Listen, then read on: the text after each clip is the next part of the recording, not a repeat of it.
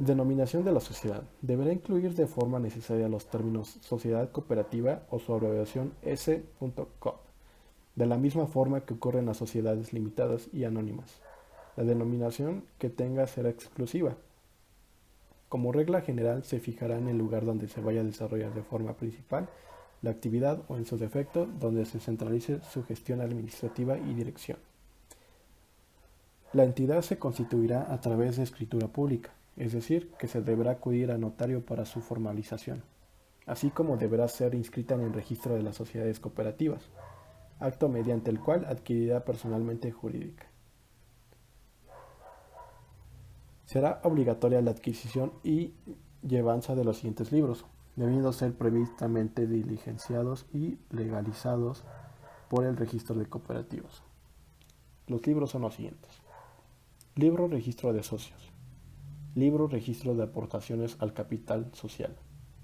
Libro de Actas de la Asamblea General, del Consejo Rector, de los liquidadores y, en su caso, del Comité de Recursos y de las Juntas Preparatorias. Libro de Inventarios y Cuentas Anuales. Libro Diario y cualesquiera otros que sean exigidos por disposición legal.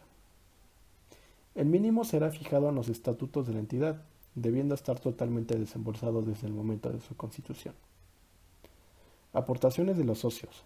Deberán realizarse en monedas de curso legal, en caso de que lo previeran los estatutos o, en su defecto, lo acordase la Asamblea General. También podría realizarse en bienes y derechos, siempre y cuando sean susceptibles de valoración económica. Ventajas. La responsabilidad de los socios está limitada a la aportación inicial de capital que hace cada uno de ellos. Por ejemplo, se constituye una sociedad cooperativa con 10 socios, aportando cada uno de ellos 1.000 euros. Por tanto, el capital inicial total es de 10.000. Si durante el desarrollo de la actividad empresarial se endeudan por un importe de 20.000 euros, cada uno de los socios solo responderá de hasta 1.000 euros, pues su responsabilidad está limitada a ese capital aportado. Los socios tienen derechos políticos y económicos por igual, es decir, totalmente equiparados. Al margen del capital que haya aportado cada uno de los socios, todos tienen voz y voto con el mismo peso. Uno de los grandes beneficios de los cooperativistas es que los socios pueden percibir, si así lo prevén los estatutos de la empresa, intereses por sus aportaciones de capital social. Además, entre los beneficios fiscales de las cooperativas, dependiendo de si éstas se consideran protegidas o especialmente protegidas. Encontramos exenciones en el impuesto sobre transmisiones patrimoniales y reducciones del tipo impositivo y en los tributos locales. Finalmente, las sociedades cooperativas se pueden beneficiar, asimismo, de subvenciones, por ejemplo, en el caso de la constitución de cooperativas por parte de desempleados inscritos como demandantes de empleo. Desventajas. Las cooperativas, al ser un tipo de sociedad en la que confluyen los intereses de muchos socios por norma general, a la hora de llegar a un acuerdo, podemos encontrarnos con ciertas limitaciones y dificultades. Además, cada uno de los socios tiene derecho a voto, teniendo este es el mismo peso, y en acuerdos en los que se encuentren discrepancias, es complicado llegar a un punto en común. Como comentábamos antes, el margen del capital que cada socio aporte, cada uno tiene un voto de igual valor. Otro gran problema son las condiciones de las cooperativas para inscribirse y registrarse como tales. Son muchos los requisitos que la cooperativa debe cumplir. Asimismo, las sociedades cooperativas se encuentran con toda una serie de límites cuando se contrata a trabajadores no socios. Si bien se limita por parte de la legislación, la contratación de trabajadores no socios tiene un objetivo claro: no desvirtuar el carácter mutualista por el que expresamente se constituye la sociedad cooperativa. Y la última forma jurídica, que se llama sociedad persona física. Las características. La personalidad jurídica de las empresas es la misma que la de su titular, respondiendo personalmente de todas las obligaciones que contraiga la empresa.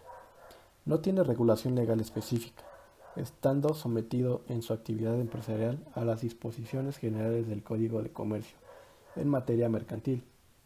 y a lo dispuesto en el Código Civil en materia de derechos y obligaciones. No existe capital mínimo exigible para constituir la empresa, entremezclándose el patrimonio mercantil con el patrimonio civil del promotor.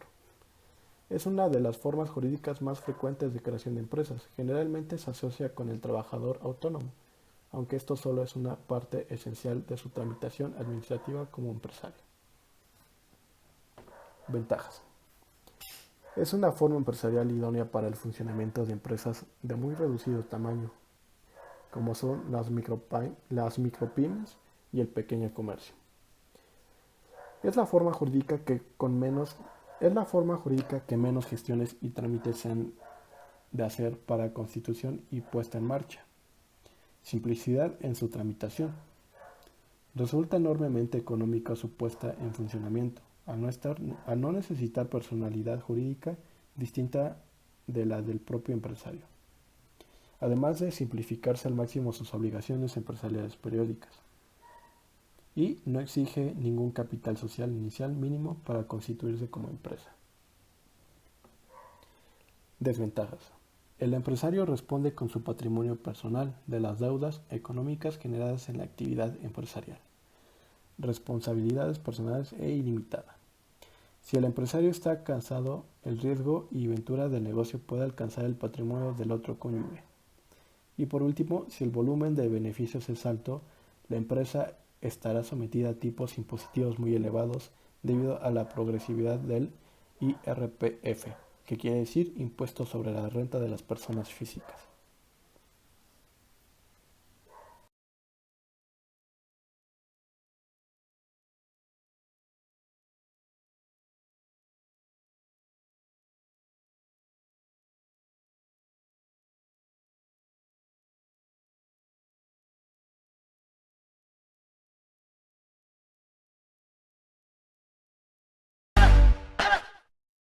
Hola, ¿qué tal? Mi nombre es Guadalupe Botello Mota y en el video de hoy les explicaré un poco sobre esta empresa llamada Apple y su forma jurídica.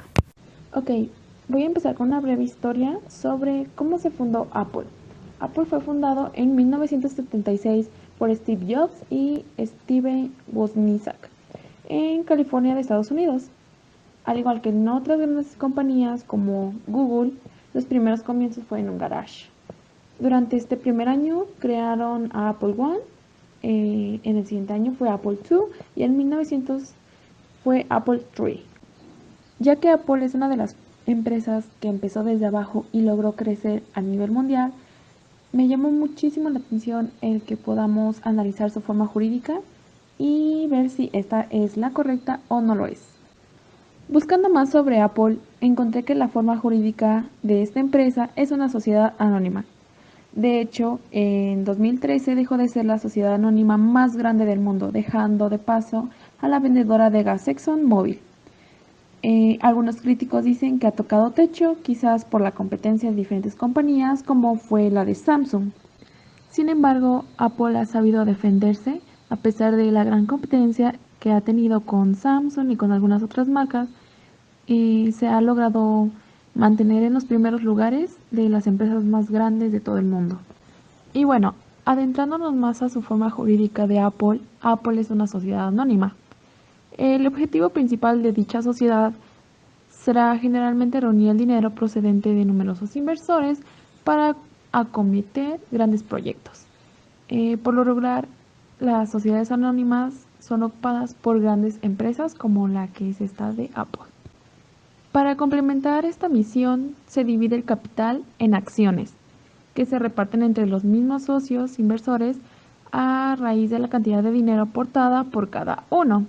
De esta manera, cuantas más acciones tenga un socio, mayor será su peso en la compañía. La sociedad anónima, a diferencia de otro tipo de sociedades, se puede constituir con la presencia de un único socio. Las aportaciones realizadas por los socios tienen el carácter de dinerarias, es decir, estos aportan dinero al capital social de la empresa. Sin embargo, las aportaciones de estos también pueden ser no dinerarias, como es el caso de un inmueble, algún terreno, edificios. Pues bien, las sociedades anónimas tienen un régimen muy estricto en este aspecto.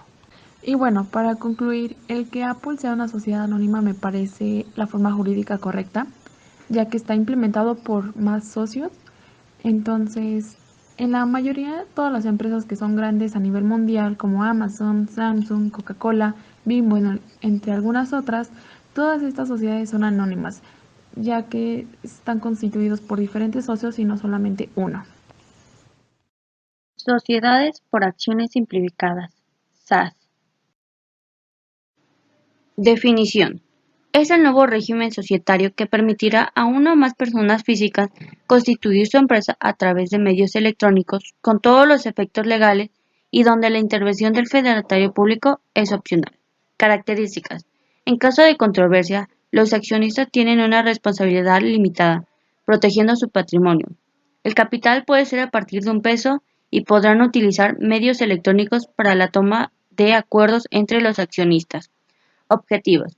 Que los emprendedores, a través de su consentimiento, estén en posibilidad de abrir su cuenta bancaria, facilitar a los emprendedores su operación mediante el aprovechamiento de las tecnologías, en pro de esquemas seguros y sencillos, y consolidar a empresas mediante la simplificación de trámites asociados a su vida corporativa. Requisitos para constituir una SAS: firma electrónica de todos los accionistas, que alguno de los accionistas cuente con la autorización de la denominación de la sociedad que puedes obtener en línea, ingresos anuales que no excedan los 5 millones de pesos. En ningún caso los accionistas podrán ser simultáneamente accionistas con toma de decisión de otro tipo de sociedad mercantil, por ejemplo, administrador mayorista accionario. Y papeles que pueden utilizar vía electrónica son la autorización de tu nombre como empresa, inscripción al Registro Público de Comercio (RPC), alta de tu empresa por el Registro Federal de Contribuyentes (RFC), obtención de la firma electrónica de la sociedad y alta patronal ante el IMSS si tienes o tendrás trabajadores. Obligaciones. Inciso A. Difundir en el Sistema Electrónico de Publicaciones de Sociedades Mercantiles los contratos celebrados entre el accionista único y la sociedad, el aviso cuando se haya suscrito y pagado la totalidad de capital social, la convocatoria de la asamblea de accionistas, el informe anual sobre la situación financiera de la sociedad y el aviso sobre la inscripción que se realice en el libro de registros de acciones del aumento o disminución del capital social variable. Inciso B. Todas las acciones deberán pagarse en el plazo establecido por los accionistas en menos de un año. Inciso C. Llevar el libro del registro de acciones de la sociedad. Y D. Cambiar el tipo de sociedad de una vez que se rebase el monto de ingreso anual de 5 millones de pesos. Ventajas. Mayor flexibilidad debido a que los accionistas elegirán de las formas existentes las cláusulas del contrato social que regirán el rumbo de la sociedad. Gastos menores o nulos en virtud de que ya no existen formalidades como acudir ante fedatario público para que protocolice el acto. Tampoco se deberán pagar los derechos por la inscripción electrónica al Registro Público del Comercio. Totalidad de trámites por Internet. Bastará con tener un servidor con acceso a la red para ingresar a los portales de web de la Secretaría de Economía, ingresando los datos correspondientes, así como cumplir con todos los requisitos de ley para que la sociedad sea inscrita. Al ser unipersonal, se toma la decisión y siendo solo un accionista, el trámite es mucho más fácil y sencillo. La desventaja es que es una sociedad apenas implementada. Existe desconocimiento respecto de su existencia y aplicación. Existe limitación ya que los accionistas deben atenerse a las cláusulas determinadas en el formato que emita la Secretaría de Economía, ya que puede darse el caso de que alguna cláusula deseada no esté contemplada dentro de los mismos e igual causa incertidumbre respecto de su funcionamiento, pues ser una nueva sociedad.